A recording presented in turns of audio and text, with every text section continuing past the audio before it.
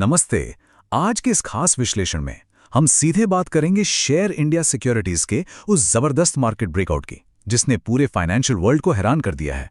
हम उन structural catalysts यानी बुनियादी कारणों को डिकोड करेंगे जिनकी वजह से ये शानदार फाइनेंशियल घटना घटी। चलिए बिना समय बर्बाद किए सीधे शुरू करते हैं। जरा इस नंबर को देखिए, 19.99%। शेयर इंडिया सिक्योरिटीज का शेयर सीधा उछलकर 164 रुपये 91 पैसे के अपर सर्किट पर लॉक हो गया। और हाँ, ये कोई आम उछाल बिल्कुल नहीं था। नेशनल स्टॉक एक्सचेंज पर एक ही दिन में 4 करोड़ 1 लाख शेयरों की भारी भरकम ट्रेडिंग हुई। ये एक ऐसा वॉल्यूम शॉकर था जिसने रातों रात पूरे बाजार का ध्यान अपनी ओर खींच लिया। इस परफेक्ट स्टॉर्म को समझने के लिए हम इन 5 प्रमुख विषयों पर बात करेंगे। पहला, ये 20% का उछाल। दूसरा, वैल्यूएशन में आया वो बड़ा अंतर। तीसरा, कंपनी का शानदार प्रदर्शन। चौथा, मैक्रो रिलीफ और रेगुलेशंस का असर। और अंत में एक फिनटेक पावर हाउस के रूप में इनका रणनीतिक बदलाव। तो चलिए सबसे पहले बात करते हैं इस 20% के उछाल और भारी वॉल्यूम के झटके की। ये समझना बहुत जरूरी है कि ये कोई आम ट्रेडिंग का दिन नहीं था। कुछ ही समय पहले ये शेयर अपने 52 हफ्ते के निचले स्तर यानी 115 रुपये 36 पैसे पर था, और वहां से इतनी आक्रामक रिकवरी किसी बड़े स्ट्रक्चरल बदलाव की ओर इशारा करती है। बाजार की भाषा में अचानक और भारी मात्रा में शेयरों को खरीदे जाने को तेजी कहते हैं। ये इशारा है कि बाजार अब तेजी से इस कंपनी की असली कीमत को दोबारा आंक रहा है, जिसे हम रिकैलिब्रेशन कहते हैं। अब आते हैं दूसरे पहलू पर, वैल्यूएशन में अंतर यानी उम्मीदें बनाम हकीकत। इस ब्रेकआउट का सबसे बड़ा ट्रिगर था एक भारी वैल्यूएशन आर्बिट्राज। विदेशी संस्थागत निवेशकों की बिकवाली के कारण शेयर अपने 211 रुपीस के हाई से करीब 36% तक टूट चुका था। अब जरा डेटा को देखिए, ये खुद पूरी कहानी बयां कर रहा है। शेयर इंडिया का पीई मल्टीपल महज 11.09 है, यानी सिंगल डिजिट के करीब, जबकि इसी इंडस्ट्री में नुवामा 60.24 और एंजल वन 30.24 के पीई पर हैं। इंडस्ट्री का औसत ही 20 गुना से ज्यादा है। ये अंतर लिटरली बहुत विशाल था। तो हुआ ये कि बाजार को अचानक इस बात का एहसास हुआ कि एक इतनी हाईली स्केलेबल, तकनीक संचालित फाइनेंशियल कंपनी इतने भारी डिस्काउंट पर ट्रेड कर रही है। इस सिंगल डिजिट मल्टीपल ने एक बहुत बड़ा मार्जिन ऑफ सेफ्टी क्रिएट कर दिया, और बस यहीं से वैल्यू सीकिंग निवेशकों ने आक्रामक खरीदारी शुरू कर दी, जिसने इस भारी शॉर्ट कवरिंग रैली को ट्रिगर किया। आगे बढ़ते हैं तीसरे हिस्से की तरफ, जो है कंपनी का अपना शानदार प्रदर्शन और स्टैंड अलोन उछाल। अगर कंपनी के अंदरूनी इंजन पर नजर डालें तो कंसोलिडेटेड नतीजों में थोड़ी अस्थायी नरमी के बावजूद कोर ब्रोकिंग बिजनेस के स्टैंड अलोन मैट्रिक्स असाधारण रूप से मजबूत थे।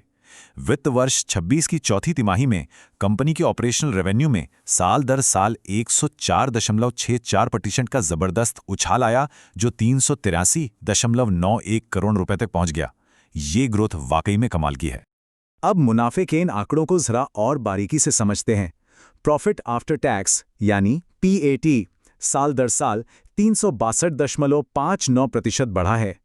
यकीन करना मुश्किल लग सकता है, लेकिन पूरे वित्त वर्ष 26 के लिए कुल शुद्ध लाभ 297.69 करोड़ रुपए रहा। प्रति शेयर कमाई यानी ईपीएस भी इसी रफ्तार से आसमान छू गई। इसने साबित कर दिया कि बाजार की नेगेटिविटी के बावजूद कंपनी की कमाई की रफ्तार एकदम सॉलिड थी।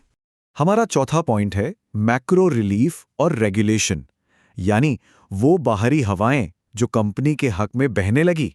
ग्लोबल और घरेलू परिस्थितियां बिल्कुल सही समय पर एक साथ पक्ष में आ खड़ी हुई।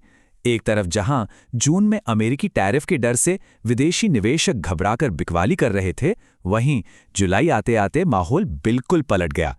निफ्टी की लगातार बढ़त, कच्चे तेल की गिरती कीमतें, एक नॉर्मल मॉनसून और ट्रेड एग्रीमेंट की नई उम्मीदों ने विदेशी निवेशकों को वापस तेजी से बढ़ते मिड कैप शेयरों की तरफ खींच लिया।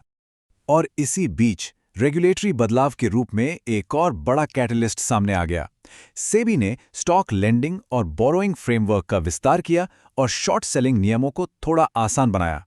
शेयर इंडिया के लिए यह कदम लिटरली एक टर्बो चार्जर की तरह साबित हुआ। क्योंकि उनकी अपनी प्रोप्राइटरी ट्रेडिंग डेस्क काफी एक्टिव है, तो इस डील ने उनकी ट्रेडिंग को आसान बनाकर मुनाफे को सीधे तौर पर कई गुना बढ़ा दिया।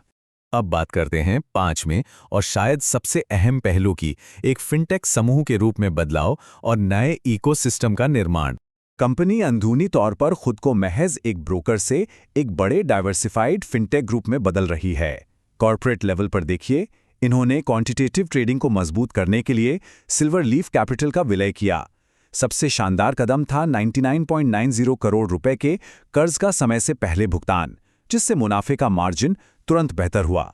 साथ ही प्रमोटर्स ने गिरवी रखे शेयरों को 52.87% से घटाकर 42.87% कर दिया। इससे बड़े संस्थानों को एक बहुत बड़ी मनोवैज्ञानिक राहत मिली।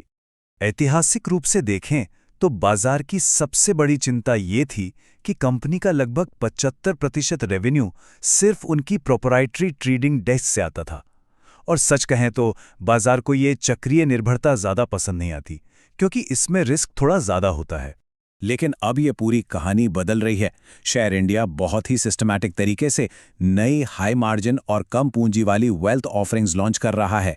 पोर्टफोलियो मैनेजमेंट सर्विसेज शुरू करना, नए एआईएफ का रोल आउट, डेट डिस्ट्रीब्यूशन और एनएसडीएल डिपॉजिटरी पार्टिसिपेंट बनना, ये सब कंपनी को एक प्रॉपर डाइवर्सिफाइड फिनटेक कॉन्ग्लोमरेट बना रहे हैं। अब इनकी निर्भरता सिर्फ ट्रेडिंग पर नहीं रहेगी। तो चलिए अब निष्कर्ष की ओर बढ़ते हैं और इस पूरे स्ट्रक्चरल बदलाव को एक साथ जोड़कर देखते हैं। हमने जो कुछ भी डिस्कस किया उसका निचोड़ इस एक फॉर्मूले में है। Single digit PE plus tariff के डर का खत्म होना, 362% का जबरदस्त प्रॉफिट ग्रोथ, 100 करोड़ के कर्ज में कमी और वेल्थ मैनेजमेंट की तरफ तेजी से बढ़ना। जब ये सारे फैक्टर्स एक साथ मिले तो इन्होंने एक बेहद शानदार असिमेट्रिक वैल्यू आर्बिट्राज का अवसर पैदा कर दिया। और सच कहें तो इसी परफेक्ट कॉम्बिनेशन ने इस भारी वॉल्यूम और ब्रेकआउट को ट्रिगर किया। अब आखिर में सोचने वाली बात यह है, क्या ये अचानक हुई री रेटिंग महज बाजार का एक छोटा सा करेक्शन है, या फिर हम भारतीय बाजार के इंफ्रास्ट्रक्चर में एक नए और बेहद ताकतवर खिलाड़ी का जन्म देख रहे हैं? इसके लॉन्ग टर्म इम्पैक्ट्स पर विचार करना वाकई दिलचस्प होगा। इस विश्लेषण में साथ जुड़ने के लिए बहुत बहुत धन्यवाद।